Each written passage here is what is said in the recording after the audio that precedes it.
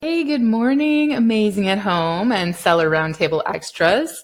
This morning, I'm going to answer Carol's question about what do we do about packaging? How do we do it? Where do we get it? When? Right? That's a great question, and I can't wait to answer it because I just had to do this yesterday. I had asked the supplier about packaging, and then I was like, oh my gosh, I have so much to do. I better get my crap together, right? So I'll tell you all about that today. This morning, I'm having some coffee. Happy Memorial Day weekend, everyone. Well, it's not really a happy weekend, but it's one of those weekends in America where we honor the fallen. And this morning, we at our CrossFit gym and every CrossFit gym across the country, and some of them do it on Monday, on actual Memorial Day, and some of them do it on Saturday. Our gym's doing it on Saturday and Monday, but we do the Murph workout. And it's in memory of Lieutenant Michael Murphy, who was 29 when he died, from New York. And his favorite workout was this workout. And you start with a mile run, and you do 100 pull-ups, 200 push-ups, and 300 squats. And then you finish it off with another mile run. And we do this every Memorial Day.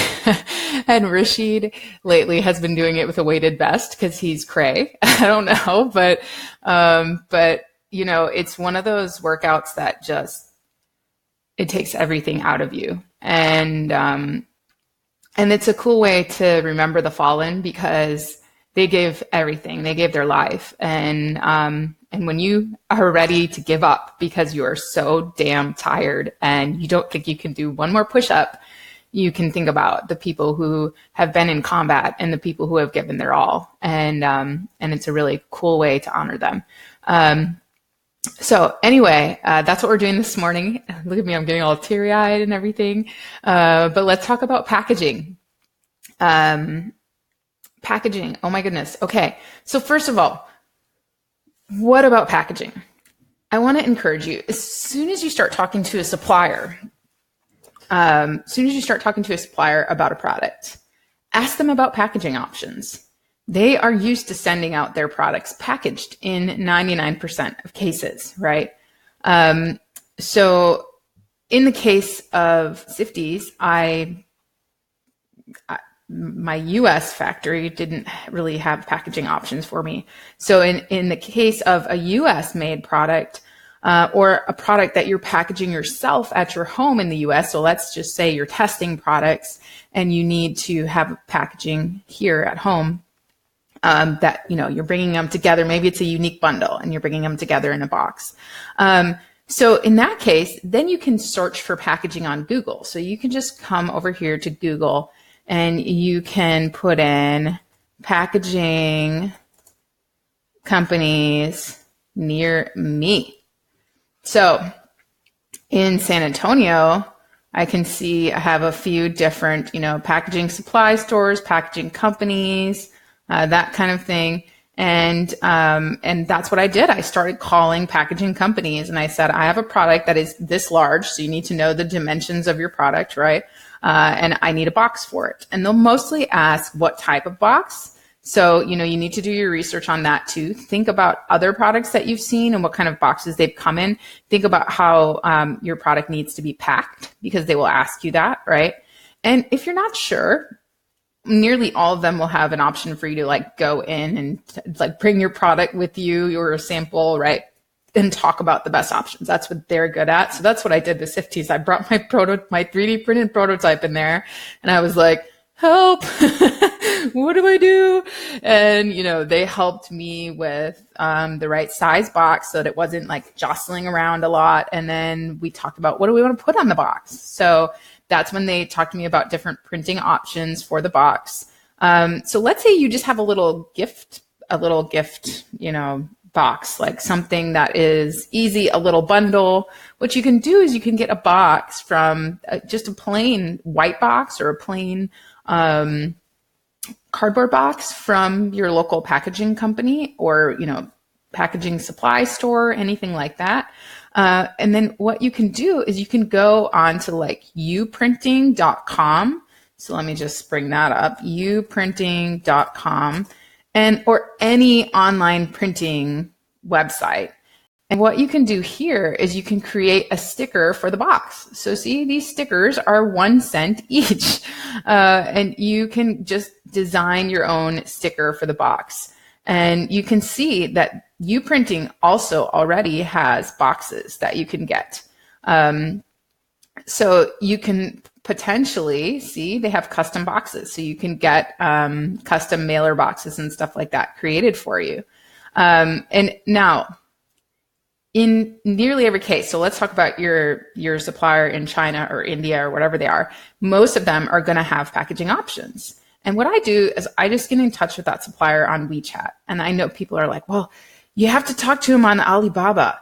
Like, otherwise you're not protected. Well, just talk to your, these are just talking about options. You know, you don't have to be so defensive and scared when you're talking about packaging options. So you can always ask the supplier, like, hey, can I talk to you on WeChat? We can talk about different packaging options and stuff like that.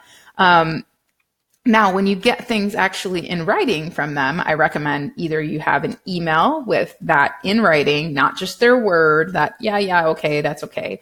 And that either that or you have it on Alibaba.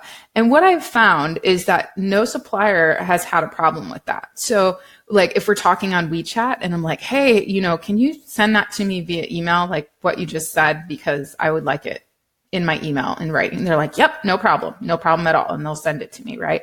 So anyway, when you start talking about the product that you have selected with the supplier, and you get it down and you've received your sample and it, you know, looks great and you're just like, okay, this is awesome, you know. Well, then the next question is ask your supplier about packaging options, and they'll tell you what options they have. They'll say, you know, I think one of the products I'm working on right now, it has a poly bag. So just a plastic bag over the top. So you have to make sure that it doesn't need a suffocation label, and suffocation warning label. And Amazon has those packaging guidelines laid out on their website. So you can go to their website and go to Seller Central and type in packaging, and they'll tell you like what size poly bag. So this product that I'm sourcing is very small, and so I do not need a suffocation label because it's a tiny little bag, right? Anyway, so that's the first thing that you need to think about is look at those different packaging options. So if most suppliers call these boxes color box.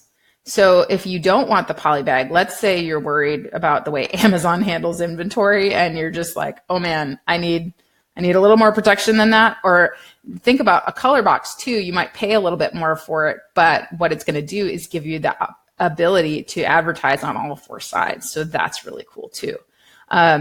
So, you know, those are some different options you can think about, and your supplier, you know, should be able to give you some decent prices for that because they have partnerships, right? And they can get things, and then they're going to be packaging them all together. So, okay, you've chosen your package, and you have, and Alibaba, by the way, also has packaging. Like you can go on Alibaba and you can search for packaging boxes, packaging bags, and you'll find all kinds of stuff. You know, there's services on Alibaba that will do this for you. But anyway, so if your supplier gives you like a super high price for like, I think Stephen and I were when we were in Canton, Stephen was talking with the supplier and they said, you know, that their price for a box was like so expensive. And, you know, Stephen was saying about his target price, what it was and all that. And he was saying, I have better packaging options that I can work with you on. And, you know, we can get the price down of this thing. So, and the supplier was very open to that. You know, they want more customers. So they're not going to, you know, shy away when you say, hey, I know a better packaging supplier. I can hook you up, you know? So anyway, you have lots of options. You can just order the products somewhere else, put them together yourself. But now you've got your packaging defined. everything's good, right? Well, what the heck are you going to put on the box, right? Or what are you going to put in the bag? So often in the poly bag, so this product that I'm sourcing is going in a poly bag, and it's very durable, so I'm not worried about it needing bubble wrap or something like that. But I asked the supplier, I'm like, I don't just want like my ASIN on there. That's boring. And, I want to be able to connect with the customer.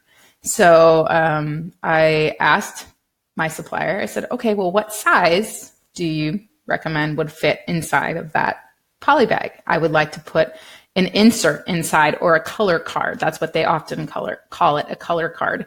First time my supplier said color card, I was like, what's that? And then she sent a picture. So that's the other thing. You can always ask them, send a picture of what you're talking about. And they have options for pictures. So the other day, a supplier asked me for a PDF for a design for a bag that I'm doing. And I was like, can you send me an example, a PDF of what you've gotten from other suppliers or from other importers? Because I don't know what you expect. And they sent it to me. And I was like, oh, that's easy. I got it. I was totally overthinking it. So don't be afraid to just ask the question, okay? So anyway, packaging. Oh, geez. Okay. So what goes on your packaging? You need to think about, first of all, your logo, right? Is your logo going to get printed on the product? Is it going to go on the packaging? Most likely it is. So do you have a logo? That's the first question, right? Lately, my secret for getting a logo is going to freelancer.com and posting a project and turning that project into a contest. So it's confusing because if you go to Freelancer, you can literally, the suggested bid for a project like that, for a contest for logo design. So you just click project and then you put logo design in the subject line and then you explain what you need in a logo. And then you go to, you say, make this a contest. So there's like, because it's not obvious how to start a contest there. But literally the suggested bid for a contest is $110.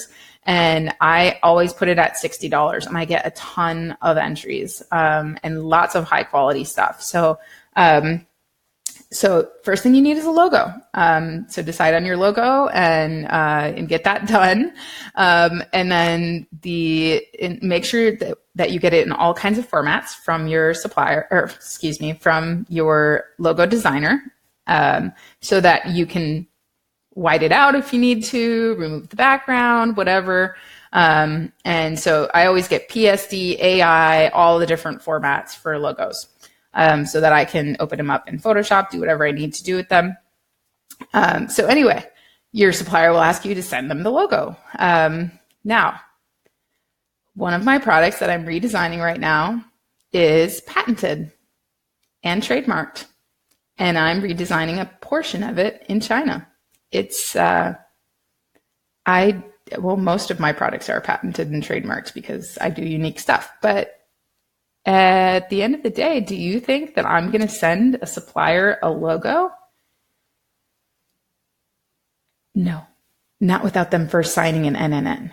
So yesterday and the day before this, I've had several suppliers that I sent NNNs to because they asked, Amy, can you send us the design and send us your logo for us to give you a quote? And I responded, no, I need you to sign an NNN because my stuff is protected. Do you have an issue with that? And they said, nope.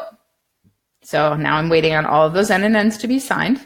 And then I will send the final designs. So first I just send the designs of the basic, like the dimensions of the product and all of that. Like I don't send like the details of, oh, I need this to be this material or this to be this. I just send the qualities of it. So waterproof, this size by this size, folding, whatever, right? And then they say, do you want your logo on it? And I say, yes. And then they say, can you send your logo? And I say, no, I need you to sign an NNN. Are you good with that? And I email it to them, and then they need to sign it and seal it and send it back to me before I will send them designs. Anyway, so that's a side note from packaging. But packaging, first thing you need is your logo. The second thing you need is a UPC.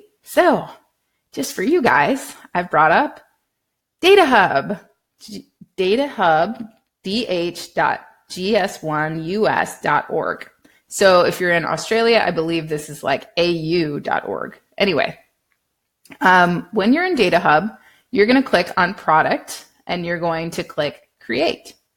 And okay, so what you're going to do is you're going to put in your product description. You're going to put in the product industry, which is going to be general unless it's apparel. And then you're going to put the packaging level each. You're going to put in your brand name. And then you are going to assign the G10, auto-assign the G10, okay? You could assign it manually, but you really don't need to. GS1 will automatically assign the next one for you. And then you have to click save or it will not let you actually create the barcode. And then once you click save, it will give you the option to actually put this product in use. So the status will go from draft to in use. So you save it first, then you make it in use, and then you'll be able to click up here, you'll get new tabs and you'll be able to click on a barcode, okay? And that's where you can go to the barcode and you can view it and you can download the PNG for that barcode. That's what you can use to put that barcode into your packaging. And now I know what you're thinking, everybody on Amazon, and no, I need an FN SKU. Well, newsflash, when you put a UPC into Amazon, into your listing, and Amazon scans it when they go to check in your product, it automatically applies to that ASIN. Now, you can put, if you would like, you can put the FN SKU and the UPC on the package. I get a lot of questions about this. It says in Amazon's packaging guidelines that you should cover the UPC with the FN SKU. Like you shouldn't have both of them on there. But let me tell you, they're the same. So if you go into your inventory on Seller Central and you scan a package, the UPC on a package, it will bring up that ASIN. Ding, ding, ding. If you scan the FN SKU label, it will bring up that ASIN. So it brings it up, both of them. And so I put both on my products, and let me tell you why. I ensure that I do this because if you ever want to change your title or something in your listing, Amazon requires you to submit a photo or a website of that product with the manufacturer's barcode on it, not an FN SKU. So then people are going and trying to change their own product, their own private label, and they can't change it because Amazon will not accept a picture of a product with an FN SKU on it. And the only thing they put on there is their FN SKU.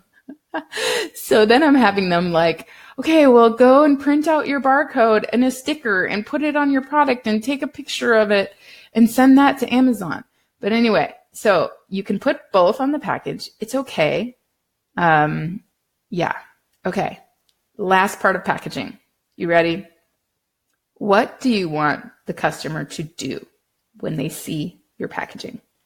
Even if you hire a packaging designer from Fiverr, or you hire my team to do your color card or take your die line and change it into a color box, whatever you do, right?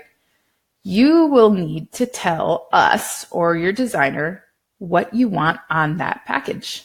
You don't want to put the fate of your packaging in someone else's hands as far as the words that go on it. So think about what you want the customer to do, either with this insert or the box or whatever, right? When they open that box or they open the package or they see your package, the other thing is you can put your packaging in your main photo on Amazon. Is there something? Is there a free bonus item? Is there something on your packaging that you would like to tell the customer? 25 included, whatever, right? Put it on your packaging. Make it look awesome and put that in your main photo. That's going to set you apart. So one of the products that I am bringing to market is of better quality than anything else on the market. And I always tell people, oh my gosh, nobody's gonna be able to tell the quality from your photo. Well, people will be able to tell the quality from my photo because I'm putting that sucker all over the packaging. and I want that packaging to look good. Also, I use humor. So I just designed a package color card yesterday, and I put the UPC in the corner. You also must put made in China. So I put, I always make like a funny thing about, it being made in China, or I say proudly made in China with our partner factory, whatever, I'm not embarrassed of my products being made in China, and I want people to know that. And then, I made it very clear in the title, because this is a color card going inside of a poly bag and I want to be able to use it in my main photo. I made it very clear in the title of this product, big, bold on top, made it very clear what this was and the quality of it. And that way I can use it right in my main photo and people are going to go, oh, that's what I want. I want that. So, and it's going to look like different than anybody else's main photo of this product. And it's going to tell the story of my product right in the main photo. So think about that. Second thing is, do you need to include instructions for use? I can't tell you how many times I've gotten a product from Amazon, a private label product, and there's no instructions for use. And people say, well, it's in my listing. Another newsflash, people don't read the listing. They don't read the listing. Okay. You need to put it in your product. It's going to, in your packaging, it's going to create a better customer experience. It's going to help them with that brand recognition. It's going to help them feel close to you and warm and fuzzy. You want that. Okay. Next. So what do you want them to do? How do you want it to look? How do you want it to be presented? Does it need ingredients? Does it need instructions?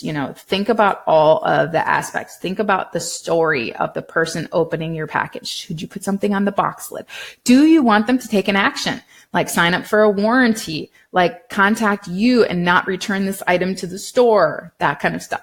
All of that needs to be included in your packaging design. So think about, just create like a mock-up of what you want it to look like. And then you can give that to the packaging designer and say, I want these words over here and I want this here. And then I want you to make it look good with all that stuff.